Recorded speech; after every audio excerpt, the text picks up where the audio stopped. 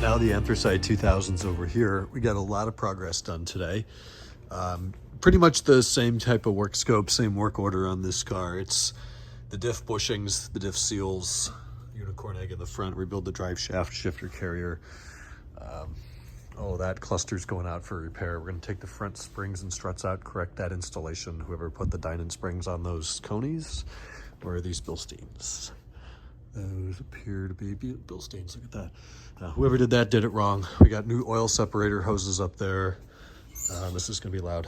That's what you got to do to be able to walk on this thing. Interesting view up here, but cowl is done. I didn't get the wipers on. This is all work from last night, as I think I filmed on.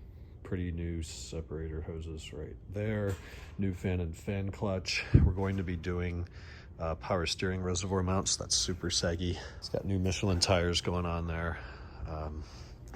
Shifter rebuild's all done. That feels excellent. He's one of the only customers that has chosen to retain the stock shifter as opposed to going to the 545, which I respect that well enough. I wouldn't do it myself, though I don't have a problem with it.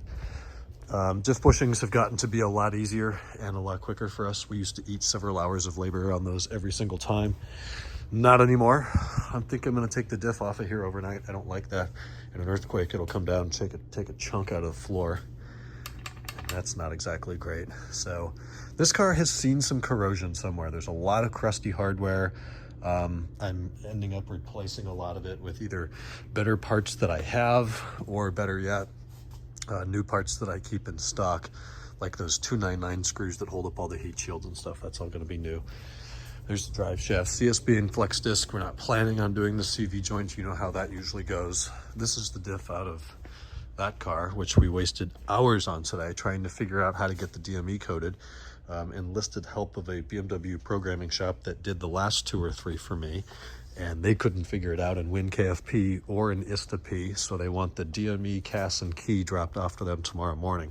So they're out of the car, and they'll get those items tomorrow.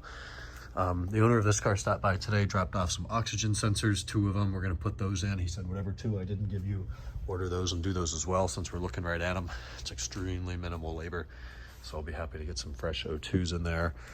This car's still waiting for the mirrors. When they come back, then they go on, and then this goes down to the detailer on Monday. Wet sand polishing, paint correction on the originally painted panels. You can see just, well, it's hazier. The color match is good, it's just hazier. And part of that is that's a flat surface that has collected shop dust more than the vertical surfaces. But then we drive it like a couple 100 miles and see if anything comes up, see if anything feels off. This thing, check filler cap on my way up this morning. It smells like gas when I park it in the garage. There's a code for tank leak. The filler cap is brand new. I've also tried 2 other ones. It feels like it seals very well. So somewhere in the hose that connects this down into a plastic elbow that goes in the tank, there's got to be some sort of a leak. So before I drive anymore, we're going to take the fender liner out, inspect all that hosiery and the connection into the tank, and see if we find anything.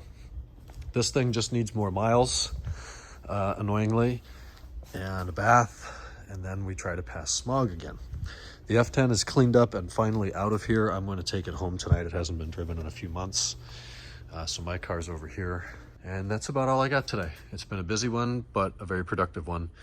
We got rid of the other LMB Le Mans car, and the owner's super happy with that. So always good to hear. Talk to you guys from the house tonight.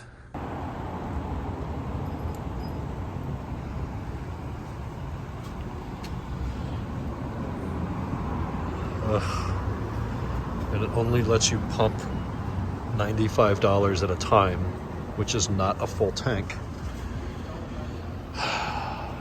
2 transactions. Good morning, it's garage time. Just about 12 o'clock here. Mike's headed out. I had pizza tonight. He and I played some GTA, hung out for a little bit, looked at cars online.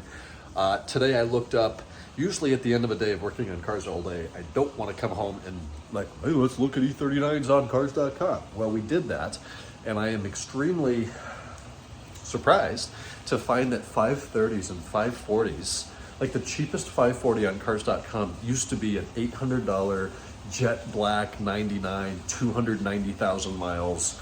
It's on its 5th set of eBay special wheels, its 6th set of Taiwanese headlights. You know, it is just a beat to shit way too far gone car. The cheapest one now is $6,000 and it looks decent. It looks absolutely decent. And you see M-Techs for as high as $44,000 with only 23,000 miles. And they're freaking nice and they're clean. It's like, wow, a nice 540. And it's kind of nice to see these 530s and these 540s that just aren't destroyed.